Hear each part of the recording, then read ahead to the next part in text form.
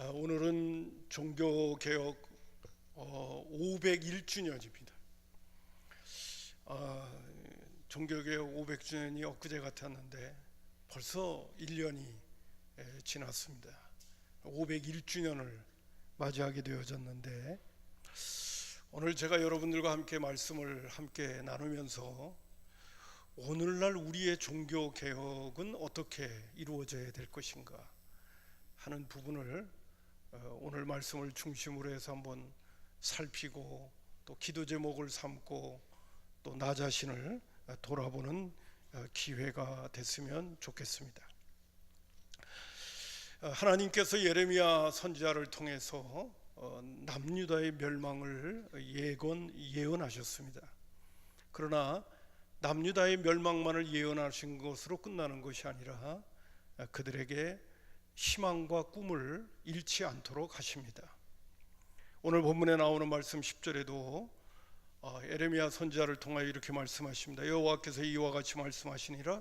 바벨론에서 70년이 차면 내가 너희를 돌보고 나의 선한 말을 너희에게 성취하여 너희를 이곳으로 돌아오게 하겠다고 말씀하십니다. 그러면서 70년 만에 이 백성이 나라를 잃어버린 슬픔의 사건이 있어서 정말 힘들고 어려운 고역의 때를 보내지만은 70년 만에 돌아온다라고 하는 이 모든 것들은 하나님의 생각인데, 하나님의 생각은 평안이고 재앙이 아니고 너희에게 미래와 희망을 주는 말씀이라고 언급을 해 주십니다. 그러면서 그들에게 뭐라고 권면을 하시냐면, 너희가 내게 부르짖으며 내게 와서 기도하라는 거예요. 그리고 내가 너희의 기도를 들을 것이다. 또 13절에는 이렇게까지 구체적으로 말씀을 하고 계십니다. 너희가 온 마음으로 나를 구하면 나를 찾을 것이요 나를 만날 것이라고 말해줍니다. 여러분, 우리가 기도에 대한 이야기를 할 때 하나님께 부르짖어 기도합시다. 그리고 하나님을 온 마음을 다하여 구하고 찾으면 하나님을 만날 것입니다. 우리가 열심히 기도하는 사람 됩시다. 우리가 이런 부분만 본문을 딱 떼서 나의 어떤 기도 제목을 위해서 하나님을 찾고 구하고 부르짖고 온 마음을 다해서 하나님께 기도하는 부분을 우리가 적용해 볼 수도 있겠습니다만은, 이 본문의 말씀은 하나님께서 70년 만에 이 백성을 고향 땅으로 돌아오게 하겠다고 하시고, 그 생각은 하나님의 정말 좋은 생각이다. 그 말씀을 하신과 동시에 기도하라는 것입니다. 부르짖어 기도하라는 것입니다. 하나님을 만날 수 있도록 온 마음을 다해서 기도하라는 것입니다. 무엇을 위해서? 하나님께서 70년 만에 이 백성을 돌아오게 하시는 그 좋은 생각을 위해서 기도하라는 것입니다. 하나님이 그 일을 이루시겠다고 분명히 언급하고 계심에도 불구하고 하나님께서 그 하나님의 뜻, 하나님의 계획, 하나님의 생각, 그것이 이루어질 수 있도록 하나님 앞에 온 마음을 다해서 부르짖어 간구하고 기도하라는 말씀을 하고 계시다는 사실입니다. 여러분, 그러면서 왜 제가 이 말씀을 이렇게 분명하게 말씀을 드리느냐 하면, 그러면 14절을 보세요. 이것은 여호와의 말씀이니라 하고 나는 너희를 만날 것이며 그랬어요. 너희들이 나를 찾고 찾으면, 온 마음을 다해 나를 구하면 나를 만날 것이라고 말씀하시고 다음에, 너희들이 그렇게 간절히 하나님의 뜻을 깨닫고 이해하고 구하게 되어지면 너희들을 만날 것이다. 자, 14절에 분명히 합니다. 그러면서 그 만나 주시는 하나님이 무엇을 하시는가 보세요. 너희를 포로된 중에서 다시 돌아오게 하되 내가 쫓아 보내었던 나라들과 모든 곳에서 모아 사로잡혀 떠난 그곳으로 돌아오게 하리라. 고향 땅으로 돌아오게 하겠다는 거죠. 이것은 여호와의 말씀이라는 거예요. 하나님의 계획이 있습니다. 이 백성이 나라를 잃어버리고 바벨론 땅에 70년 동안 살지만은 하나님의 계획 속에서는 70년 만에 이 백성을 돌아오게 하겠다. 그리고 하나님이 그것을 이루겠다, 10절 하반절에는 그렇게 말씀하시죠. 나의 선한 말을 너희에게 성취하겠다. 그리고 너희들을 이곳으로 돌아오게 하겠다. 누가? 하나님이. 그럼 하나님 알아서, 하나님 전능하신데 못할 게 뭐가 있어요? 하나님이 못하실 일이 뭐가 있어요? 하나님이 계획하시면 한 나라의 흥망성쇠도 하나님의 손아귀에 있는 거고, 역사를 주관하시는 하나님의 손길이 있는데, 하나님의 계획이 있고, 이 백성을 바벨론 땅에서 돌아오게 한다고 알아서 하시면 되는 거지. 하나님은 반드시 남유다 백성 그들에게 이야기하는 겁니다. 너희가 부르짖어 기도해라.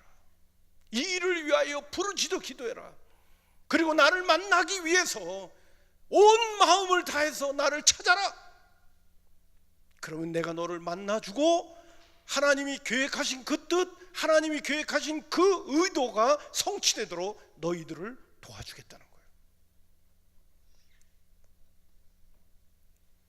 저는 이런 성경 구절을 대하면 이해가 잘 안 됩니다. 왜? 하나님이 전능하신 분이시고 계획을 가지시고 일을 이루시는데 왜 우리들 보고 기도하라고 하는 건가? 하나님이 알아서 하시면 되지. 여러분, 성경 구절, 제가 오늘 여러분에게 찾는 성경 구절을 잘 보시기 바랍니다. 제가 여러 차례 인용도 했습니다. 하나님께서 바벨론으로 포로로 잡혀간 이스라엘 백성들을 향하여 에스겔 선지자도 같이 포로로 잡혀갔습니다. 그리고 에스겔서를 기록합니다. 바벨론으로 포로로 잡혀간 그 백성들에게 예언의 말씀을 주시는데 이런 말씀이 나옵니다. 에스겔서 36장 33절부터 37절에 하나님이 이런 약속과 계획을 이루실 것을 그들에게 말씀해 주고 계십니다. 제가 천천히 한번 읽겠습니다. 제가 읽는 이유는 여러분이 이런 성경 구절을 잘 음미하라고 그러는 겁니다. 주 여호와께서 이같이 말씀하셨느니라. 내가 너희를 모든 죄악에서 정결하게 하는 날에 성읍들에 사람이 거주하게 하며 황폐한 것이 건축되게 할 것인즉, 전에는 지나가는 자의 눈에 황폐하게 보였던 그 황폐한 땅이 장차 경작이 될지라. 사람이 이르기를 이 땅이 황폐하더니 이제는 에덴 동산 같이 되었고 황량하고 적막하고 무너진 성읍들의 성벽과 주민이 있다 하리니, 너희 사방에 남은 이방 사람들이 나 여호와가 무너진 곳을 건축하며 황폐한 자리에 심은 줄을 알리라. 나 여호와가 말하였으니 이루리라. 이게 바로 뭡니까? 바벨론 땅에 포로로 잡혀간 이스라엘 백성들을 70년 만에 돌아오게 해서 예루살렘 성을 중심으로 해서 하나님께서 회복의 역사를 다 이루신다는 거죠. 여러분, 이 말씀 바로 전엔 또 무슨 얘기가 있느냐면, 내가 이 백성에게 새 영과 새 마음을 줘서 하나님의 율례와 법도를 지키게 하겠다는 말씀을 주신 다음에 이 말씀을 사실은 또 주고 계시는 거예요. 근데 하나님께서 뭐냐면 나 여호와가 말하였으니 이루겠다는 거예요. 자, 근데 그 다음 구절이 의미심장하죠. 주 여호와께서 이같이 말씀하셨느니라. 제가 여러 차례 인용했어요. 그래도 이스라엘 족속이 이같이 자기에게 이루어 주기를 내게 구하여야 할지라. 하나님이 다 하시겠다고 하는 거예요. 하나님이 계획이 있다는 거예요. 하나님이 너희들에게 회복을 주겠다는 거예요. 그리고 그걸 이루겠다는 거예요. 근데 분명히 토시를 하나 딱 달아요. 그래도 너희가 구해야 된다는 거예요. 왜 그러시는 겁니까? 왜 그러셔야 되는 겁니까? 하나님이 그 능력 많으신 분이. 여러분, 개인의 이야기도 하나 있습니다. 여러분, 하나님께서 나는 아브라함이 하나님이요 이삭의 하나님이요 야곱의 하나님이라고 얘기할 때, 하나님께서 아브라함에게 내가 하늘의 무별과 같이 발에 모래알과 같이 큰 민족을 주겠다고 하고, 사실 아브라함에게 100세에 애를 낳을 수 있는 그런 모든 기능이 다 끊어졌는데, 그때 하나님께서 기적적으로 아들 이삭을 줬어요. 이삭은 자기가 어떻게 태어났는지 너무 잘 압니다. 하나님의 약속의 자녀로 태어난 것을 알고 있어요. 자기는 기적의 아들이라는 걸 알고 있어요. 하나님께서 아버지인 아브라함에게 약속하신 그 약속을 이루는 그러한 주인공으로 내가 태어나서 살고 있다는 것도 알고 있었어요. 자, 근데 보세요. 창세기 25장 20절과 21절에 보면 이삭은 40세에 리브가를 맞이하여, 좀 늦게 아내를 맞이했습니다. 아내를 삼았으니 리브가는 밧단 아람의 아람 족속 중 분이엘의 딸이요 아람 족속 중 라반의 누이였더라. 이삭이 그의 아내가 임신하지 못함으로. 하나님은 아브라함에게 약속의 자녀로 이삭을 줬으면 이삭이 아내를 맞아들이고 또 이삭을 아내로 맞아들일 때 그 역사를 보게 되면 그 종을 통해서 밧단 아람까지 갔는데 하나님이 순적하게 라반의 집의 가족을 만나게 하셔서 아내를 맞이하게 하는 그 모든 일도 하나님이 인도하셨다는 얘기를 우린 창세기에서 잘 알고 있어요. 몰라요? 아시잖아요. 거기 나오는 말씀 가운데 그 종이, 아브라함의 종이 하나님 앞에 기도합니다. 하나님의 뜻이 이루어지기를 바란다고 하면서 순적한 이 길을 인도해달라고. 그럴 때 하나님께서 순적하게 인도하십니다. 거기에 나오는 단어가 순적입니다. 하나님께 영광을 돌리고 리브가를 데리고 기쁨으로 돌아오는 그 아브라함의 종의 이야기가 창세기에 잘 나와요. 아브라함의 생애 속에. 그렇다면 하나님께서 리브가를 이삭의 아내로 주셨다면 애 낳는 거는 걱정 안 해도 되잖아요. 안 그렇습니까? 아브라함에게 내가 큰 민족을 이루게 하겠다고 하시고 약속으로 이삭을 줬다면 이삭은 애 낳는 문제를 위해서는 기도하지 않아도 되잖아요. 근데 리브가가 임신하지를 못하는 거예요. 왜 그랬을까요? 하나님이 기도하게 만드시려고. 그 아내가 임신하지 못함으로 그를 위하여 여호와께 간구하매 여호와께서 그의 간구를 들으셨으므로 그의 아내 리브가가 임신했다는 사실입니다. 이런 이야기들을 이렇게 들으면 참 이해가 안 가요. 잘 안 돼요. 기도가 뭘까? 또 왜 하나님은 하나님의 일을 하시면서 왜 우리에게 기도를 시킬까? 참 이해가 안 돼요.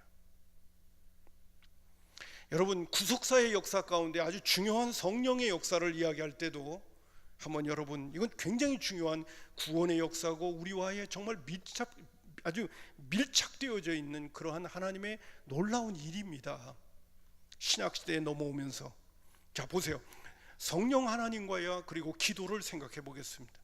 누가복음 24장 49절에 볼지어다 내가 내 아버지께 약속하신 것을 너희에게 보내리니 너희는 위로부터 능력이 비울 때까지 이 성에 머물라. 예수님이 부활승천하시기 전에 제자들을 불러 모아놓고 뭐라고 했냐면 내 아버지께서 약속하신 것을 너희에게 보낼 거다. 내가 가면 너희 보혜사 성령님을 너희에게 보낼 거다. 분명히 말씀하셨어요. 근데 뭐라고 그러냐면 그렇기 때문에 또 너희는 위로부터 능력이 비울 때까지 이 성에 머물라는 거예요. 예수님께서 누가복음의 마지막 제자들에게 당부하시고 떠나실 때 주셨던 말씀이에요. 하나님이 하시는 일이에요. 하나님이 예수 그리스도를 십자가에 못 박아 죽고 부활하게 하심으로 말미암아 우리에게 주시는 성령의 놀라운 은혜, 그거는 하나님의 구원의 드라마 속에, 계획 속에 너무나도 자명한 사실이에요. 구약의 이스라엘의 역사 속에 이스라엘 백성들이 하나님께서 내가 너희들을 특별히 뽑아서 내 백성 삼으셨다고 말씀하시고 하나님께서 뭐라고까지도 말씀하셨는지 아십니까? 스바냐서 3장 17절에는 너의 하나님 여호와가 너희 가운데 계시니 하나님은 구원을 베푸실 하나님이다. 잠잠히 너를 사랑하고 뿐만 아니라 정말 제 표현으로 말하면 눈에 넣어도 아프지 않을 정도로 나는 너희들을 너무너무 사랑한다. 너희들을 보고 기뻐하고 즐거워한다. 이런 말씀까지도 해주시는 하나님인데 구약의 이스라엘 백성들은 나라가 망하게 되었습니다. 근데 그 원인이 뭐냐면 그들이 하나님의 말씀에 순종할 줄 몰랐기 때문에 신약시대에 와서는 성령님이 오셔서 하나님이 보니까 그 속에 하나님의 능력이 없는 거야. 부패하고 타락해서. 그래서 온전한 구원을 이루기 위하여 예수님께서 이 땅에 오시고 우리를 진정한 백성 삼으시고, 그 진정한 백성 삼으시는 데 있어서 결정적으로 중요한 역할을 해주시는 분이 바로 성령님이시거든요. 여러분, 그 정도의 구원의 역사와 하나님의 은혜에 대해서는 뭐 이 일부 예배에 나오시는 여러분들은 어느 정도 이해하시리라 믿습니다. 여러분, 우리의 신앙생활은 성령님의 도우심이 아니면 다 끝나는 거예요. 우리 안에는 금요일날 저녁에도 말씀을 드렸지만 우리 안에는 빛이 없어요.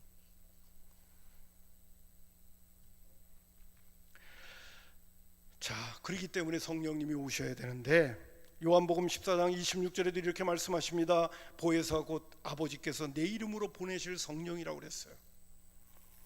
내 아버지께서 약속하신 것을 너희에게 보내신다는 그것이 바로 뭐냐? 그게 보혜사 성령이에요. 근데 보세요, 누가복음 11장 9절부터 13절에 예수님께서 제자들에게 기도를 가르쳐 주시면서 이런 말씀을 하십니다. 내가 또 너희에게 이르노니 구하라 그러면 너희에게 주실 것이요, 찾으라 그러면 찾을 것이요, 문을 두드리라 그러면 너희에게 열릴 것이니 구하는 이마다 받을 것이요, 찾는 이가 찾을 것이요, 두드리는 이에게 열릴 것이니라. 너희 중에 아비된 자로서 누가 아들이 생선을 달라면 생선 대신 뱀을 주며 알을 달라면 정갈을 주겠느냐? 너희가 악할지라도 좋은 것을 자식에게 줄 줄 알고는 하물며 너희의 하늘 아버지께서 구하는 자에게.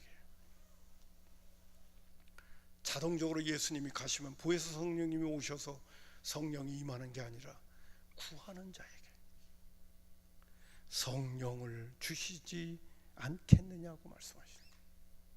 하나님의 구원의 드라마가 너무 분명히 있는데, 하나님의 뜻이 분명히 있고 하나님의 나라의 역사가 분명히 있는데, 성령님이 오시는 것은 너무 당연한 것이고 당연히 우리가 받아 누려야 될 하나님의 은혜와 축복임에도 불구하고 거기에 무엇이 하나 탁 첨가되느냐면 구하는 자에게 성령을 주시지 않겠느냐는 거예요. 여러분, 사도행전 1장 14절에 보면 그 앞절에도 예수님이 부활 승천하시면서 이랬습니다. 너희들은 예루살렘을 떠나지 말고 아버지의 약속하신 것을 기다리라고 했는데, 그들은 그냥 가만히 있어서 기다린 게 아니라 그들은 성령님이 오시기를 기다리는 것이 그냥 앉아서 입만 벌리고 있지 않았어요. 그들은 전혀 기도에 힘썼어요. 사도행전 1장 14절 보세요. 여자들과 예수의 어머니 마리아와 예수의 아우들과 더불어 마음을 같이하여 오로지라는 뜻은 다른 말로 표현하면 전심으로, 전혀, 개역 성경에는 전혀 기도에 힘쓰니라 이렇게 나와요. 아버지의 약속하신 것을 기다리라고 하고 예루살렘을 떠나지 말라고 했는데, 그들은 뭐 기다리고 떠나지 않는 거면 가만히 있으면 되잖아요. 아니요, 그렇지 않았어요.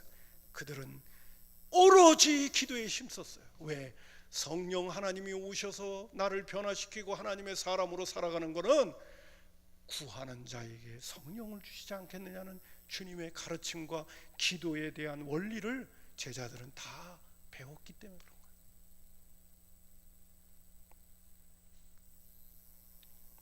여러분, 그러면 제가 여러분에게 이런 질문을 던져보고 싶습니다. 하나님의 뜻이 이루어지는 것하고 기도하는 어떤 관계가 있을까요? 여러분, 하나님의 뜻이라고 하는 그 자체는 하나님의 나라의 일이에요. 여러분, 지난 시간에도 말씀드린 것처럼 하나님의 나라는 걸 하나님이 통치하시고 다스리시면서 하나님의 일을 해가시거든요. 하나님의 역사를 이루어가거든요. 근데 거기에 하나님은 우리에게 뭘 요구하시느냐? 끊임없이 기도를 요구하고 계시는 거예요. 왜 그럴까?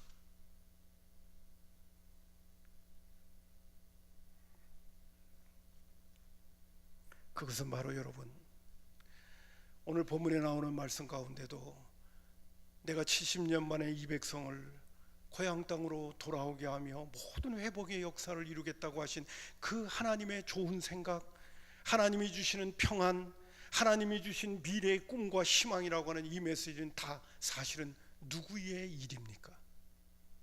하나님이 계획하시고 이루시려고 하는 그 일이 누구의 일입니까? 누구의 일이에요? 하나님의 일이에요? 하나님의 일임과 동시에 지금 당장 그 말씀을 듣고 있는 남유다 백성들의 일이기 때문에 그런 것이었어요. 하나님이 이 백성을 돌아오게 하는 거, 그거 누가 누리는 겁니까? 하나님이 누리는 겁니까? 하나님도 누리시겠죠. 그러나 그 약속이 성취되는 거는 누가 누리는 겁니까? 하나님의 말씀을 받는 사람들이 누리는 거예요. 이삭이 리브가가 애를 낳지 못하고 있는 안타까운 문제를 가지고 하나님 앞에 기도할 때 애를 주시는 거, 하나님은 분명히 리브가를 통해 자녀를 줄 건 뻔한 거예요. 하나님의 약속이 이미 있기 때문에. 그러나 리브가가 애를 낳아서 그 어린아이를 보면서 기뻐하고 하는 그 모든 삶의 모습은 누가 누리는 겁니까? 하나님이 누리는 것임에도 불구하고 그것은 이삭과 리브가가 누리는 거예요. 성령을 받아서 누리는 것은 누가 누리는 겁니까? 하나님이 계획하셨고 하나님이 이루실 일이기는 하지만은 그것은 누가 누리는 겁니까? 누구의 일이기도 합니까? 바로 저와 여러분의 일이기도 한 거죠.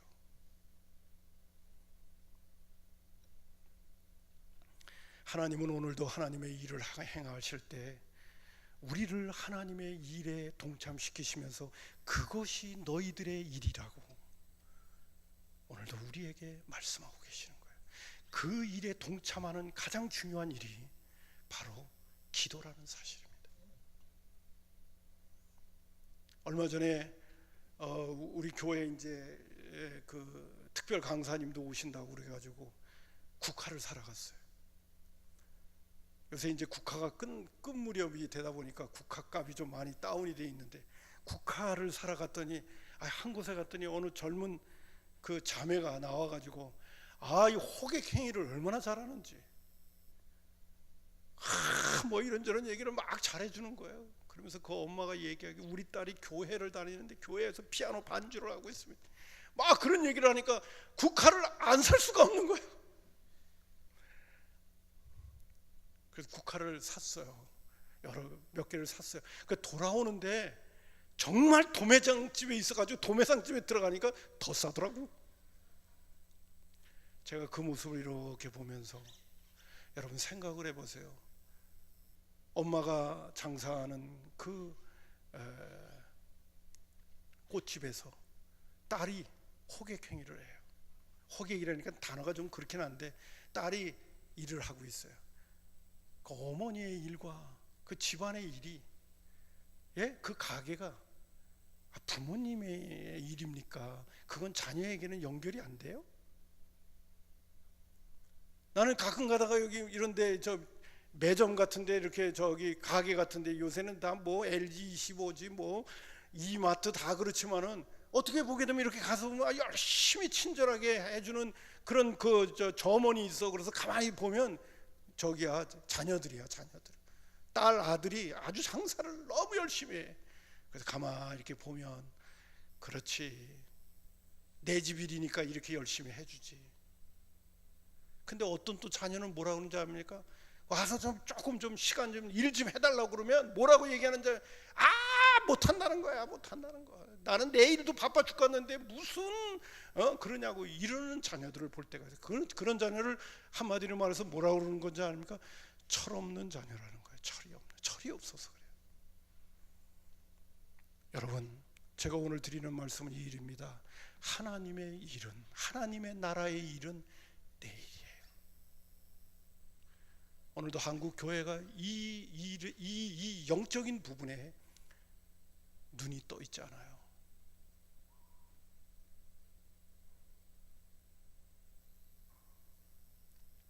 오늘 우리의 신앙의 가장 중요한 뿌리 속에 하나님의 말씀을 깊이 깨닫지 못하고 하나님의 말씀을 이해하지 못하는 가장 큰 문제가 뭔지 아십니까? 신앙생활을 나 중심으로 하고 있기 때문에 그렇습니다.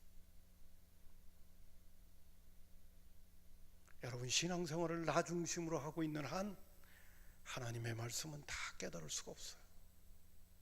하나님의 나라를 이해할 수 없어요. 좀 더 구체적으로 표현한다면 교회가 어떤 곳인지 이해할 수 없어요. 여러분, 예수님께서 제자들에게 기도를 가르쳐 주실 때 그 기도의 우선순위가 뭔지 여러분 아시죠? 하늘에 계신 우리 아버지요, 아버지의 이름이 거룩히 여김을 받으시오며 나라의 임하옵시며. 나라가 뭔지 아시잖아요? 하나님의 통치, 하나님의 다스리심, 하나님의 계획, 하나님의 뜻이 이루어지는 것들. 나라가 임하옵시며 아버지의 뜻이 하늘에서 이루어진 것처럼 땅에서도 이루어지게 해달라고 하는 이 기도가 제일 먼저 우선순위였어요. 왜? 아버지의 뜻이 이루어지는 것, 좀 전에 얘기한 것처럼 내가 너희들에게 주는 생각은 재앙이 아니요 평안이며 미래의 희망과 꿈을 주는 것이라고 말씀하는 것처럼 하나님의 계획, 하나님의 나라의 일들은 철저히 우리들의 유익을 위하여 주시는 거예요. 그렇기 때문에 하나님의 나라의 계획과 일들과 하나님의 나라의 사역은 하나님의 역사임에도 불구하고 그 일은 또한 저와 여러분의 일인 거예요. 그래서 우리 주님이 하나님을 일을 해가실 때마다 우리를 그곳에 동참시키려고 우리에게 무엇을 시키느냐 하면 기도를 시키는 거예요. 그리고 좀 더 구체적으로 표현을 한다면 기도하지 않으면 그 일은 자꾸 지연되는 거예요. 우리의 기도의 분량이 차야 하나님은 그 계획하신 일들을 구체적으로 이루어 가시는 거예요. 우리가 기도하지 않으면 하나님이 계획하신 일도 이루어지지 않습니다. 우리 이 논리적으로 표현한다면 그렇게 되는 거예요. 여러분, 다니엘이 예레미야 서책에서 70년 만에 이 백성이 돌아오리라고 하는 그 메시지를 듣자마자 다니엘은 뭐 했는지 아십니까? 금식하면서 하나님 앞에 기도하기 시작했어요. 그게 다니엘서 9장에 나오는 거예요. 아니, 하나님이 계획하신 일이면 하나님이 이루시지 뭘 다니엘이 금식하며 하나님 앞에 기도를 해? 왜 그런지 아시죠? 하나님이 기도하라고 하니까. 전심으로 나를 찾고 찾으면 내가 너희를 만나줄 것이고, 그리고 내가 포로된 너희들을 고향 땅으로 돌아오게 하겠다니까.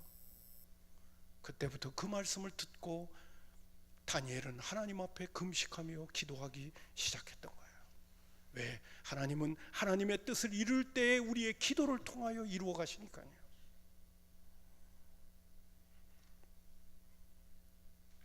그러므로 여러분, 하나님의 나라의 일과 하나님의 나라의 뜻과 하나님 나라의 사역은 정말 중요한 일인데, 그 중요한 일은 우리의 기도를 통하여 이루어져 가는 일들이기에 예수님께서 마태복음 6장 33절에도 그런즉 너희는 먼저 그의 나라와 그 의를 구하라 그리하면 이 모든 것을 너희에게 더하실 정도로 하나님의 관심과 초점과 하나님이 하시고자 원하는 그 일에 우리의 마음을 쏟으면서 정말 하나님 앞에 기도하는 사람이 되어지는 그 일이 너희들에게 축복이요 평안이요 미래의 희망과 꿈을 주는 하나님의 놀라운 일들이기 때문에 그것을 먼저 구한다면 그 외의 것들은 내가 책임져 주마 하시는 말씀을 예수님의 입술을 통해서 하나님이 우리에게 말씀해 주고 계십니다.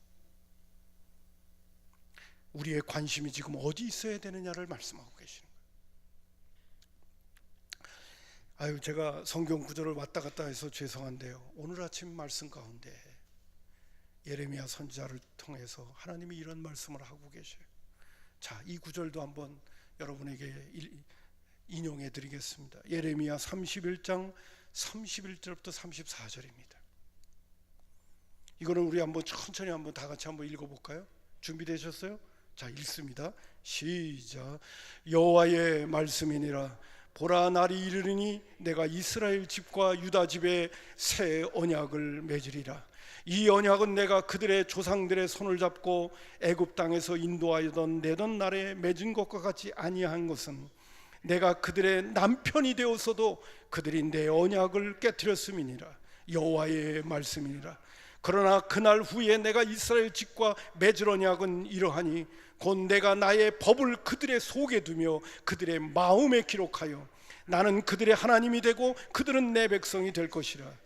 여호와의 말씀이니라. 그들이 다시는 각기 이웃과 형제를 가리켜 이르기를 너는 여호와를 알라 하지 아니하리니 이는 작은 자로부터 큰 자까지 다 나를 알기 때문이라. 내가 그들의 악행을 사하고 다시는 그들의 죄를 기억하지 아니하리라. 여호와의 말씀이라. 에레미야 선지자를 통하여 새 언약을 준다고 합니다. 근데 그 새 언약은 뭐냐 하면, 내가 지금까지는 내가 너희들에게 남편이 되어줬는데도 너희들은 내 언약을 깨트렸다는 거예요. 여러분, 저를 보세요. 신앙생활은 우리 하나님과 우리 주님이 남편이 되는 정도로는 하나님이 만족할 수가 없어요. 여러분, 아내와 남편과의 관계 여러분 잘 아십니까? 그래도 나는 내 아내를 잘 알아. 또 아내 입장에서 난 내 남편을 그래도 잘 알아. 아니 뭐 30년을 같이 살았는데, 40년을 같이 살았는데 눈빛만 봐도 무슨 생각을 갖고 있는지 나는 알아. 근데 하나님은 이스라엘 백성들에게 뭐라고 말씀하시냐면, 나는 너희의 남편이 되어줘도 너는 내 언약을 깨트렸다는 거예요. 그 정도로 나를 알아가지고는 안 된다는 거예요. 그래서 하나님이 새 언약을 주는 거예요. 그 새 언약은 나의 법을 그들의 속에 두고 그들의 마음에 기록하는 거예요. 그게 바로 성령님이 오셔서 하시는 일이에요. 그래서 성령님이 오셔서 우리로 하여금 하나님의 마음을 우리의 마음속에 새기고 우리의 마음속에 심어주시는 일을 하기 때문에, 다른 사람에게 예수 믿고 구원받고 성령 받아서 살아가는 사람들에게 하나님을 알라고 얘기할 필요가 없다는 거예요. 왜? 성령님이 오셔서 우리 마음속에 하나님의 생각과 하나님의 뜻을 다 심어주는데. 그래서 여호와를 알라 하지 아니하리니 이는 작은 자로부터 큰 자까지 다 나를 알기 때문이라는 거예요. 여러분, 제가 오늘 여러분에게 하나님의 뜻을 일러주시고 너희들이 기도해야 된다는 말씀을 해주시는 이 메시지 자체도, 정말 내가 성령님을 모셔드리고 성령의 사람으로 오늘을 살고 있다면 하나님의 일이 내 일이고 하나님의 나라의 사역이 내 사역이라는 사실을 우리는 깊이 깨달아 알 수밖에 없는 사람이 되는 거예요. 이건 분명히 내 일이고 교회 일이고 내 일이고 하나님의 일이 따로 있지 않아요.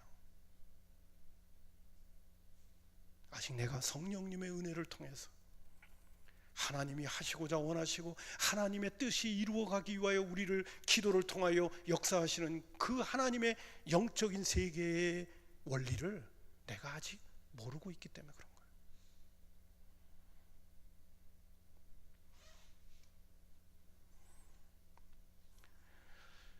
오늘 이 아침 시간에 하나님의 뜻과 기도의 관계성을 여러분에게 말씀을 드렸습니다. 하나님의 나라와 하나님의 사역과 하나님의 뜻이 이렇게 중요하기 때문에 먼저 그의 나라와 의를 구하라. 그러면 이 모든 것을 더하신다고 하셨고, 예수님은 3년 6개월 동안의 짧은 기간이었지만 늘 그의 생활 속에서 제자들에게 기도를 가르쳐 주셨고, 누가복음 22장 39절에 예수께서 나아가 습관을 따라 감람산에 가서 제자들에게 데리고 가셔서 기도하셨던 그 모습을 가룟 유다는 너무너무 잘 알고 있었기 때문에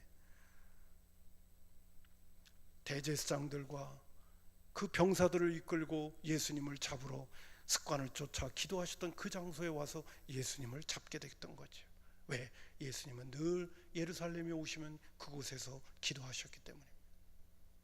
왜? 하나님의 일은 우리의 기도를 통해서 이루어져 가고 있기 때문에.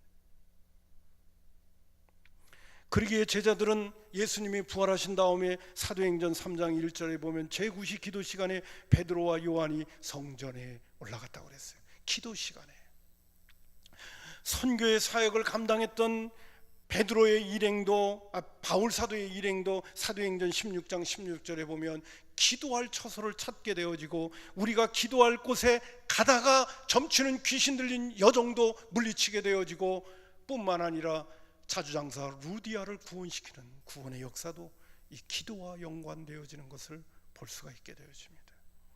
뿐만 아니라 바울 사도는 믿음의 권속들에게 이렇게 권면합니다. 골로새서 4장 2절, 개역 성경이 더 우리에게 잘 설명해 주고 계시는 것 같아서 제가 개역 성경, 지난날 우리가 갖고 있던 성경, 거기는 이렇게 표현하고 있습니다. 기도를 항상 힘쓰고 기도에 감사함으로 깨어 있으라. 기도에 항상 힘쓰고, 하나님의 일은 우리의 기도를 통해서 이루어져 가고 있기 때문이고, 하나님의 뜻은 오늘 우리의 기도를 통하여 오늘도 성취되어져 가고 있기 때문에 기도에 항상 힘쓰고 기도에 감사함으로 깨어 있으라고 권면하셨던 거예요.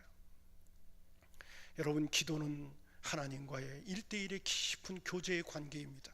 오늘 그 말씀을 또 드리려면 그러는데, 오늘은 사역으로서의 기도를 이야기하는 거예요. 하나님의 뜻을 이루어지고 하나님의 나라에 동참하는 일로서의 기도를 여러분에게 말씀을 드리는 거예요. 여러분, 우리 교회의 부흥을 원하십니까? 하나님의 뜻이 이루어지는 교회가 되기를 원하십니까? 그렇다면 우리는 기도에 힘써야 됩니다. 몇 사람의 기도로 끝나는 게 아닙니다. 이 장소는 저와 여러분이 아무리 멀리 떨어져 살고 있더라도 기도하는 장소가 되어줘야 돼요. 그리고 두세 사람이 내 이름으로 합심하여 모여 기도하면 내가 그 기도를 들어주시겠다는 하나님의 약속의 말씀을 늘 잊어버리지 말고 모이기에 힘써야 되고, 기도하는 일에 우리는 마음을 같이 하는 일이 바로 하나님의 크고 놀라운 일을 이루어드리는 제일 중요한 우선순위라는 사실을 우리 모두는 잊지 말아야 돼요. 다른 일도 다 중요합니다. 그러나 기도보다 더 중요한 일은 없는 것 같습니다. 왜? 먼저 그의 나라와 의를 구하라고 했으니까. 그만큼 기도는 중요한 것이고, 기도를 통하여 오늘도 하나님의 나라의 일들이 이루어져 가고 있다는 사실을 우리 모두가 잊지 마시고, 다른 것들은 잘 못할 수 있어도 기도만큼은 우리가 잘해야 돼요. 기도는 하나님의 나라의 일이기 때문에 그렇습니다. 그리고 동시에 그 일은 내 일이기 때문에 그렇습니다. 내가 하나님의 백성이요 구원받은 하나님의 자녀라면 하나님의 일은 내 일입니다. 그리고 내가 누리는 축복입니다. 이거를 잊지 마시고 우리 모두 깨어 기도하며 하나님의 일에 힘쓰는 귀한 일꾼들 되기를 주님의 이름으로 축복합니다. 기도하겠습니다. 고마우신 아버지 하나님,